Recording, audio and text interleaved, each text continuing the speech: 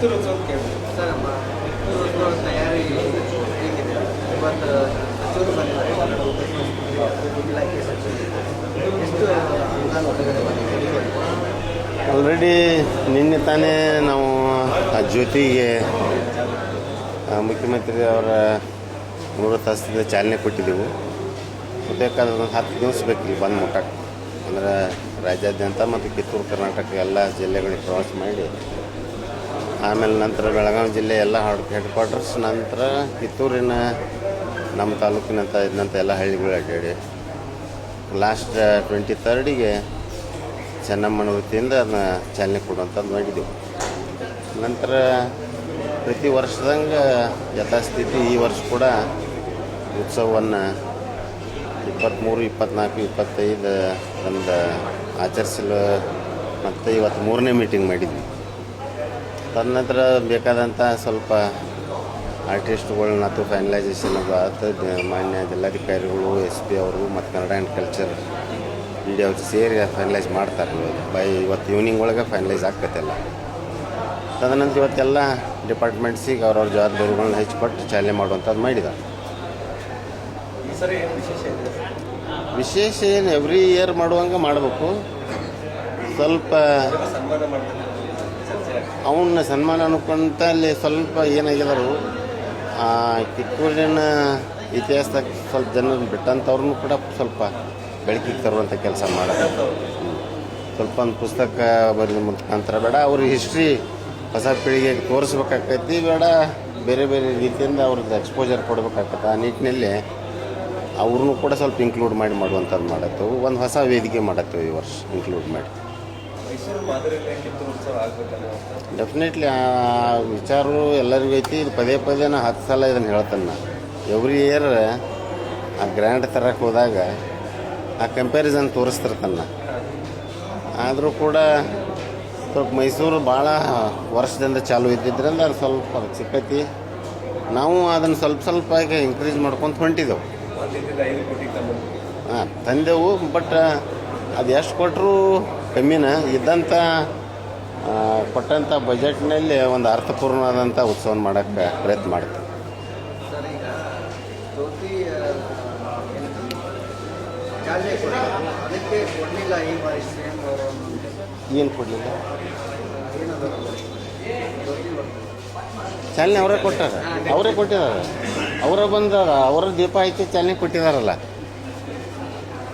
Sir, ಚೆನ್ನಮ್ಮನ ಜನ್ಮಸ್ಥಳ ಅಲ್ಲ, ಸರ್ಕಾರ ಅಭಿವೃದ್ಧಿಪಡಿಸುವುದು ಹೀಗಾಗಿ ಮಂಡಲ ಜೊತೆ ಮಾತುಕತೆ ಎಲ್ಲಿವರೆಗೆ ಬಂತು?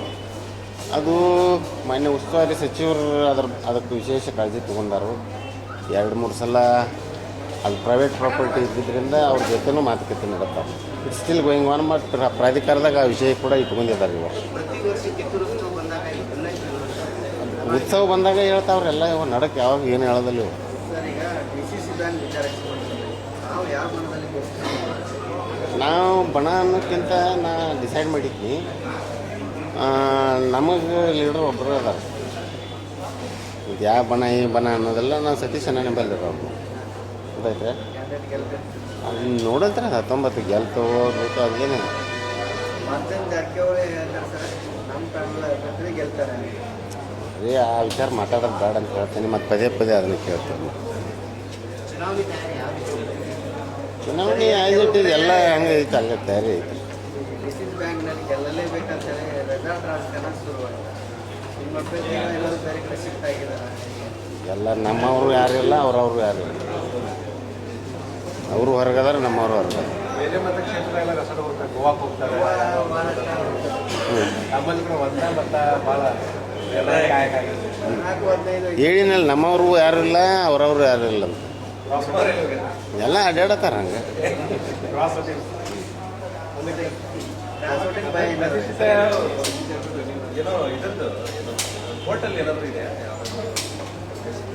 ಒಂದು ಮ್ಯಾಟ್ರ್ ನಮ್ಮ ಕ್ಷೇತ್ರದ ಐತಿ, ಇವತ್ತೈತಿ ಅದಾರ ಡೌಟ್ ಐತಿ.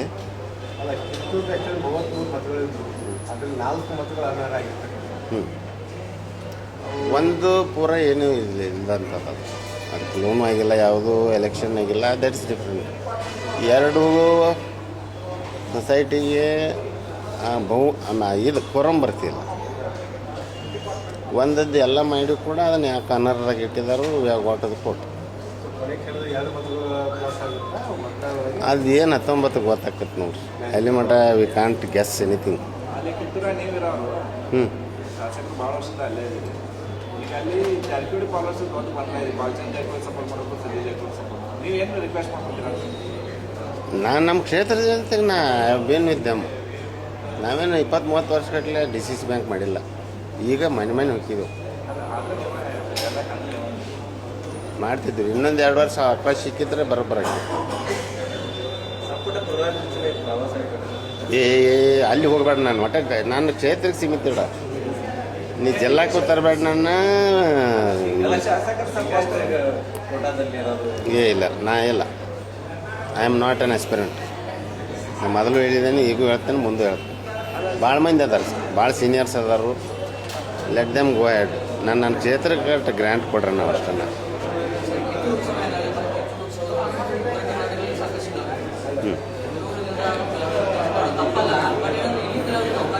ಇಲ್ಲಿಯ ಕಲಾವಿದರಿಗೂ ಕೊಡತ್ತೇವೆ ಈ ವರ್ಷ. ಈಗ ಮಾತಾಡಿದೆವು, ಒಂದು ವೇದಿಕೆಯನ್ನು ಸಪ್ರೇಟ್ ಮಾಡಿದೆವು ಈ ವರ್ಷ ಎಕ್ಸ್ಕ್ಲೂಸಿವ್ಲಿ ಸ್ಥಳೀಯ ಕಲಾವಿದರಿಗೆ. ಮತ್ತು ಅಲ್ಲಿ ಉತ್ತರ ಕರ್ನಾಟಕದಾಗ ಯಾರು ಪ್ರತಿಭಾವಂತರದಾರೋ ಅದರ ಸಲುವಾಗಿ ಒಂದು ಅಡಿಷ್ನಲ್ ಮಾಡಿದೆವು. ಗಜಿಬಿಜಿ ಆಗೋ ಸಲುವಾಗಿ ಈ ವರ್ಷ ಹೊಸ ಸಭಾಭವನ ಆಯ್ತು, ಅದನ್ನು ಉದ್ಘಾಟನೆ ಮಾಡಿ ಅದನ್ನು ಒಂದು ವೇದಿಕೆ ಮಾಡಕತ್ತಿದ್ವಿ.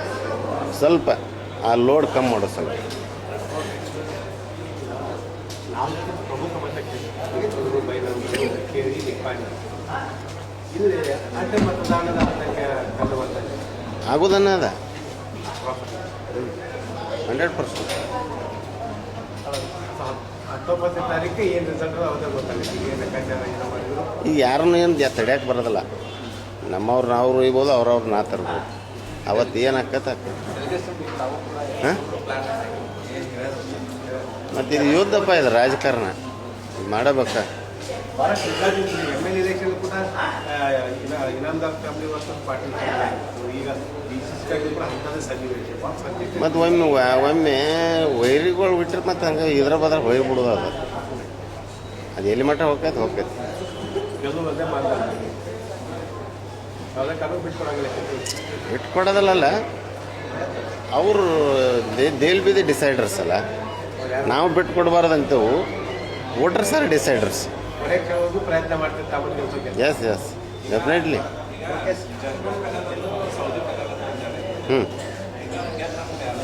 ನಮಗೆ ಯಾವುದು ಹಂಗಿಲ್ಲ. ನಮ್ಮ ಲೀಡ್ರ್ ಅದಾನೊಬ್ಬ, ಅವನ ಪರವಾಗಿ ನಾವು ಇಷ್ಟ. ನಾವು ಪೆನಲ್ ನೋಡತ್ತಿಲ್ಲ. ಏನು ಸತೀಶ್ ಜಾರಕಿಹೊಳಿ ಅಂತ ಹೇಳತ್ತಿಲ್ಲ. ಒಬ್ಬರು ಇಬ್ಬರು ಮೂರು ದಟ್ ಈಸ್ ಡಿಫ್ರೆಂಟ್. ಮತ್ತು ನನಗೆ ಫೇವರ್ ಯಾರದ I should be with him.